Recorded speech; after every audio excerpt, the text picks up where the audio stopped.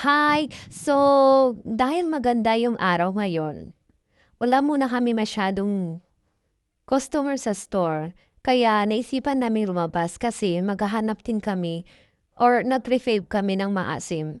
So, nakabili na kami ng mangga dyan. Mangga lang. Ang kinahanap namin yung malalaking bayabas. Pero wala. So, mangga na lang yung nakita namin. So, nakabili na kami ng mangga dyan. Ang hinahanap na lang namin ngayon is maghahanap kami ng perfect spot kung saan namin kakainin yung mangga. So, diniretso muna namin yan hanggang makahanap kami ng magandang spot. At eto na nga, nag-stop muna kami dito kasi parang maganda yung spot dito. Pero sabi ko, ay diretso mo muna dyan para maghanap tayo ng ibang lugar. And then, naisip namin, may plano pala kaming mag-camping kasi uuwi yung sister ko, magbabakasyon siya. Sabi niya, ate mag-camping tayo. So, naghanap din kami ng magandang spot ng camping. So, ayan. Sabi ko kay Habi, diretso muna dyan. Baka may magandang bundok. May magandang bundok na makita natin dyan. And then, tignan-tignan natin yung paligid, kung safe. At baka pwede tayong mag-camping dyan. So, ayan, drive muna dyan, nagkwentuhan. So, sorry kay kuya sa likod. Nahagip ka tuloy sa video. Bilisan mo na mauna ka na kasi. Just joke lang. Ingat-ingat lang sa pag-drive. So, ayan na nga. Nagkukwentuhan muna kami dyan kung saan yung perfect spot. Meron na kami nakita before, pero medyo malayo siya. Ang hinahanap lang kasi namin yung malapit lang dito sa bahay para in case lang na may makalimutan or whatsoever, pwede lang motorin. Hindi naman as in na pinakamalapit kasi wala namang bundok na malapit dito sa town.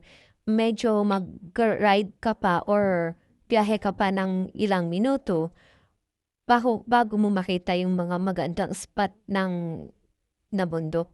So ayan, drive muna kami dyan hanggang makakita kami ng perfect spot.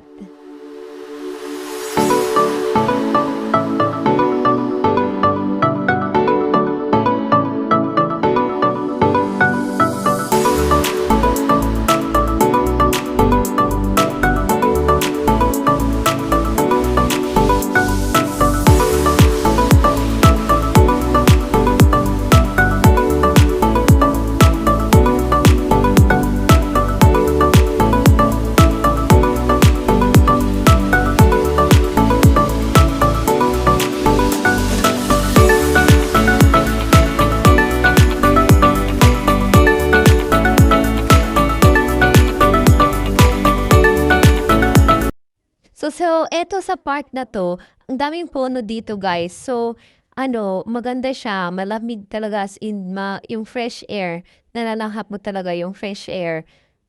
So ayan, dire-diretso muna kami kasi parang dun sa park, pinakadulo niya, may magandang bundok.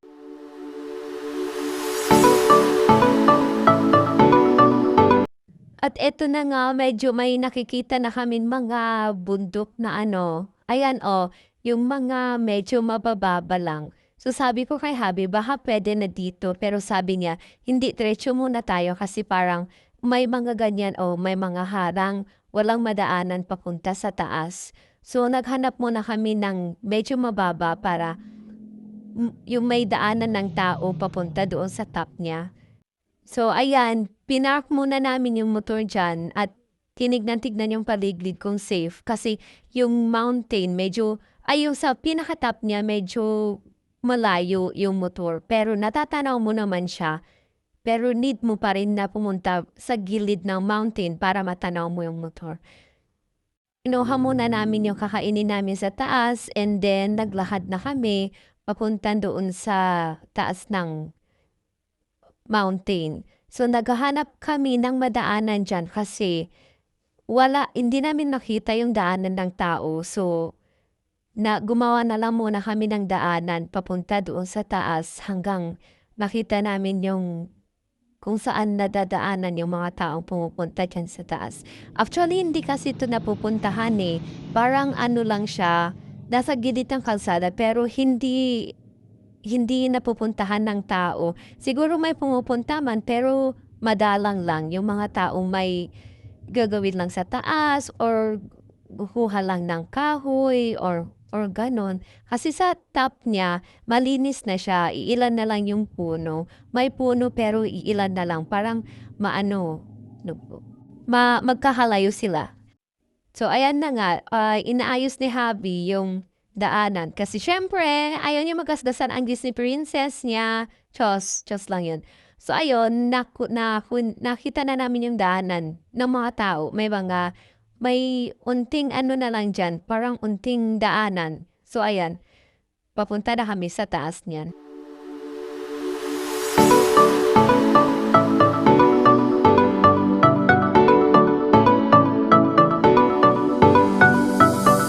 So ayan, skip muna tayo kasi aakyat muna po kami hanggang sa pinaka-top.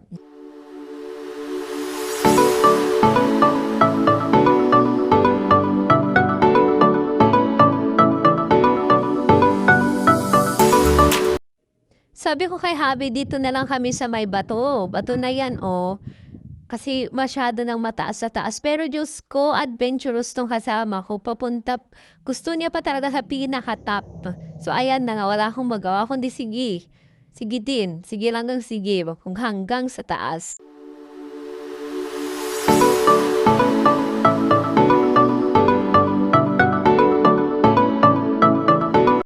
Okay, malapit na. Pero Diyos ko, hingal na ako diyan. Sumisigaw na ako sa kahihingal. Kasi sobrang hingal na ako yan. Napakataas niya pala. Pag nasa baba ka, akala mo, maano lang, mababa lang. Pero pag inakyat mo, ang taas niya, napakatarik talaga. Pero hindi naman as in na napakatarik. Kaya naman siyang akyatin. Pero pag hindi ka sanay umakyat-akyat, wala. Hihingal ka talaga.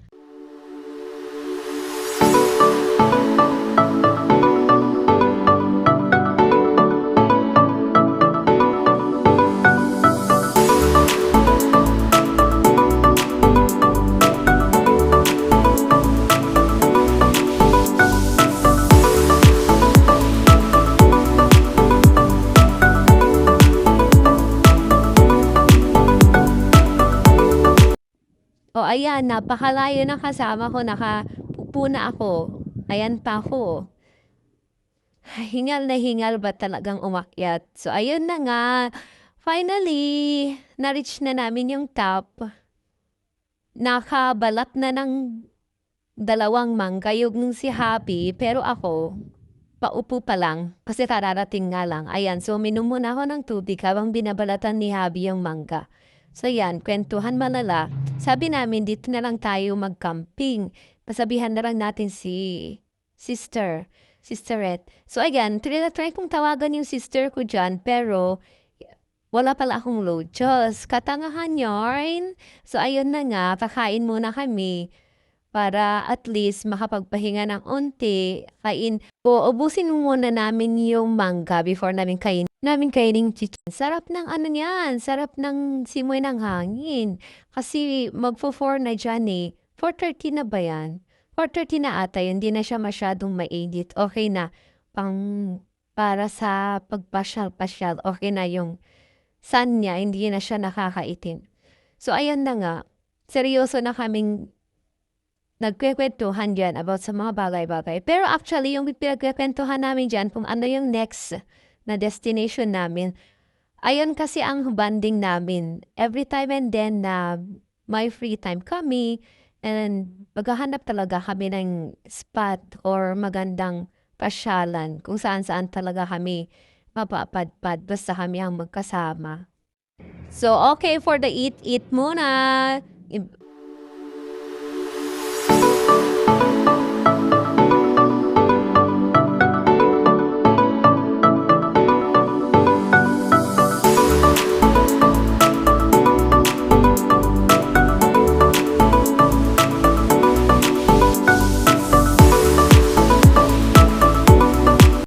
Okay, so ayan, uwian na, bababa na kami.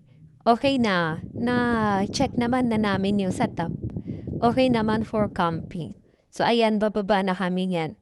So nahuli na naman ako kasi ang hirap bumaba. So, baba muna kami diyan, naglalakad pababa and hinahanap namin yung tamang daanan papunta sa baba. So, ayan, nahanap naman namin yung tamang baba at nandun pala siya sa kabila. Actually, nahulog ako diyan, pero hindi lang masyadong nahagip. Tapos sabi pa ng isa, "Sige, video pa more, haha."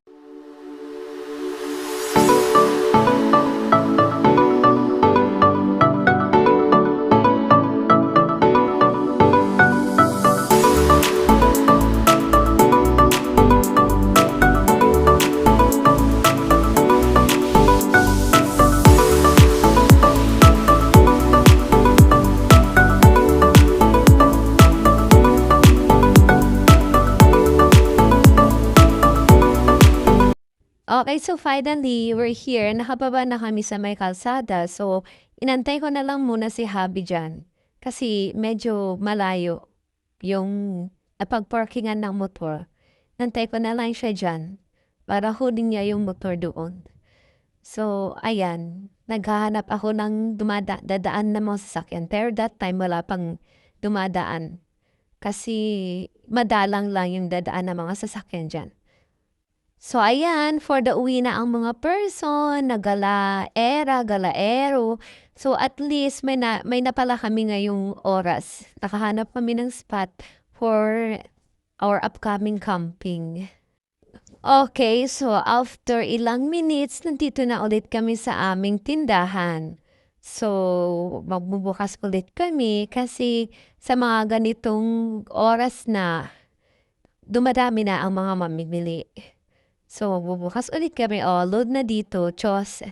So, ayan na nga. Dito na kami sa aming tindahan. So, tindaserya na ulit ang babait. Okay, so that's all for today. Bye!